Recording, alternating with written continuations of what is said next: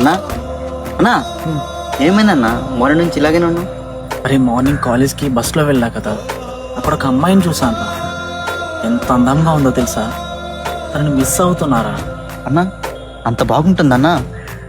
ఒకసారి ఆ అమ్మాయి ఎలా ఉంటుందో చెప్పన్నా.